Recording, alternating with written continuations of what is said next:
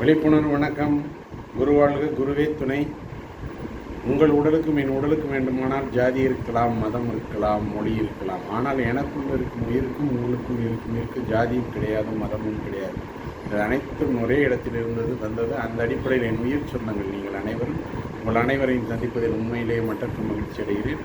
நேற்றைக்கு இந்த நம்ம விழிப்புணர்வு பயிற்சியில் நேற்று பார்த்த ஒரு விஷயம் வந்து பார்த்திங்கன்னா, இப்படி இந்த தம்சப் முத்திரையை வச்சுக்கிட்டு எப்படி அயரா விழிப்பு நிலையை நம்ம மனசுக்குள்ளே கொண்டு வந்து பழக்கிறது, அது மூலமாக எப்படி நம்ம வெற்றிகளை நோக்கி போகிறது, நம்முடைய சிந்தனைகளை எப்படி சீர்படுத்துவதுங்கிறது பற்றி நேற்று பயிற்சி ஒன்றில் பார்த்தோம். இன்றைக்கு பயிற்சி 2.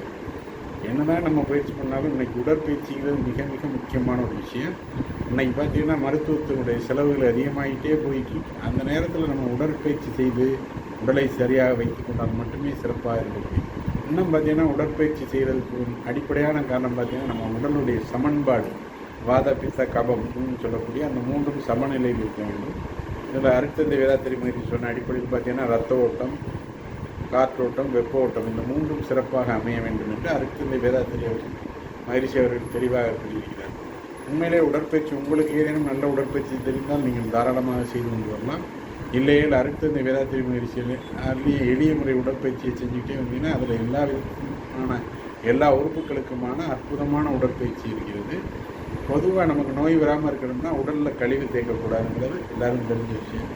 2வது பசிச்சா சாப்பிடணும், 3வது தண்ணீர் தவித்தால் தண்ணீர் எடுக்கணும். இந்த 3 விஷயங்களையும் கவனம் கொடுத்துக்கிட்டே இருக்கணும்.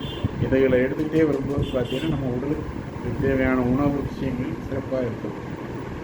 இதே நேரத்தில் உடலை உறுதிப்படுத்துவதுங்கிறது மிக முக்கியமான ஒரு விஷயம். இதுக்கு உடற்பயிற்சிங்கிறது ஒரு அத்தியாவசியமான ஒரு விஷயம். இன்றைக்கி என்னால் நிறைய உடற்பயிற்சி செய்ய முடியாது, அது முடியாது, எனக்கு அதுக்கான நேரம் இல்லை, அதுக்கான சூழ்நிலைகள் இல்லை அப்படின்னு யாராவது முடிச்சுட்டு இருந்தால் தயவுசெய்து தினமும் 21 முறை தோப்பு கரணம் போட்டுட்டே வாங்க. இன்றைக்கி உலகமெங்கும் சொல்லக்கூடிய ஒரு அற்புதமான விஷயங்கிறது இந்த தோப்பு கரணம். அந்த சூப்பர் பவர் பிரெயின் யோகா அப்படின்னு சொல்லிட்டு அந்த உலக நாடுகள் எல்லாத்துலேயும் பயன்படுத்திட்டு வராங்க. அந்த தோப்பு கரணத்தை நம்ம போடும்போது நம்ம அதோடு சேர்த்து ஒரு வார்த்தையை கீழே மூச்சு எடுத்துக்கிட்டே போகும்போது மனசுக்குள்ளே சொல்லிக்கணும் அயரா விழிப்பு நிலை. திருப்பி வெளியில் விடும்போது அயரா விழிப்பு நிலைங்கிறது. ஒவ்வொரு இதையும் உள்ளே இழுக்கும்போது அயரா விழிப்பு நிலை, வெளியில் விடும்போது அயரா விழிப்பு நிலை. இதை சொல்லிக்கிட்டே நம்ம தோப்பு கரணம் போடும் பொழுது நம்முடைய மூச்சோட்டத்தின் மூலம் மீது நமக்கு கவனம் வர ஆரம்பிக்கும். அந்த கவனம் சிறப்பாக வர வர நம்ம சும்மா இருக்கிற போது கூட மூச்சு உள்ளே போயிட்டு வரும்போது அயரா விழிப்பு நிலை அப்படின்னு, உள்ளே போகும்போது அயரா விழிப்பு நிலை, வெளியில் விடும்போதும் அயரா விழிப்பு நிலைன்னு சொல்லி விடும்பொழுது நீங்கள் எந்த ஒரு பிரச்சனையை அணுகும் பொழுதும் அந்த அயரா விழிப்பு நிலைங்கிறது உங்களுடைய மனசுக்குள்ளே வந்துக்கிட்டே இருக்க ஆரம்பிங்க. ஒவ்வொரு மூச்சும் ஒரு செய்தியை கொண்டு வருகிறது, ஒவ்வொரு மூச்சும் ஒரு செய்தியை வெளியில் எடுத்துகிட்டு போகுதுன்னு சித்தர் பெருமக்கள் சொல்லியிருக்காங்க. அப்போ அயரா விழிப்பு நிலையோட ஒரு மூச்சு உள்ளே வர்றது, நம்மள்டருந்து வெளியில் போகக்கூடிய ஒரு விஷயமும் அயரா விழிப்பு நிலையோடு போயிட்டே இருந்துச்சுன்னா நம்ம எதிர்பார்க்கிற வெற்றிகளை அடைய முடியும். இன்னும் சொல்லப்போனால் நமக்குள் இருக்கக்கூடிய பிரச்சனைகள் அனைத்தையும் தீர்க்க முடியும். மிக எளிய நுட்பமான ஒரு விஷயம் இந்த அயரா விழிப்பு நிலைங்கிற வார்த்தையை நம்ம மனசுக்குள்ளே சொல்லிகிட்டே வருது. எவ்வளவோ சுவிட்ச் வேர்ட்ஸ் இதெல்லாம் உலகம் முழுக்க இருக்கிறத பார்க்குறேன். இது அருட்தந்தை வேதாத்திரி மகிழ்ச்சி கொடுத்து அற்புதமான சுவிட்ச் வேர்டு அயரா விழிப்பு நிலைங்கிறது. இந்த விழிப்பு நிலையை நம்ம பயன்படுத்திக்கிட்டே வர வர நம்முடைய வாழ்க்கையில் ஒவ்வொரு காலகட்டத்திலும் வெற்றி அடைந்து கொண்டே வர முடியும். இது மாதிரி இன்னும் வரக்கூடிய இந்த 10 தொடர் வெளியிடாமல் தான் அதில் இன்னைக்கு 2வது தொடர், 8 தொடர்லையும் இந்த அயரா விழிப்பு நிலையை எப்படி பயன்படுத்திக்கிட்டே வர்றதுங்கிற பார்க்க போகிறோம். இந்த அயரா விழிப்பு நிலை இருந்தால் எதையும் வெற்றி பெற முடியும்.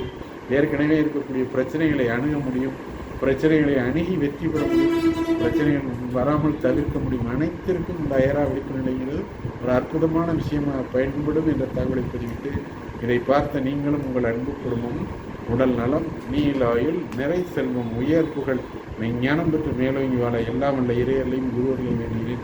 நம்முடைய எம்பரர் இமயம் அகாடமியில் பல்வேறு விதமான ஹீலிங் பயிற்சிகள் நடைபெற்றுக் கொண்டிருக்கிறது. யாருக்கேனும் அது குறித்த விவரங்கள் தேவைப்பட்டால் என்னுடைய தொலைபேசிகளை அறிந்து கொள்ளலாம் என்ற தகவலை தெரிவித்தேன். இன்றிலிருந்து உங்களுடைய வாழ்க்கையில் அற்புதங்கள் நிகழட்டும். வாழ்க வளமுடன், வாழ்க வைகம். நன்றி, வணக்கம். நாளை வேறொரு தகவலுடன் தொடர்பு. நன்றி, வணக்கம்.